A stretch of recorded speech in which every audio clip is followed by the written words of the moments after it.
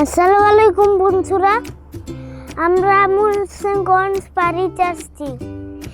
আজকে এই সকাল পর্যন্ত বল খেলাম আর জন্নাতে একটু মজা করলাম। ঘরে গিয়ে একটু ফুবার সাথে ফাইসলামি করলাম। তারপর গাছে ছুড়লাম, তারপর ভিডিও বানাইলাম, তারপর ওটু করলাম, তারপর রুটি বানাইলাম, নাস্তা করলাম,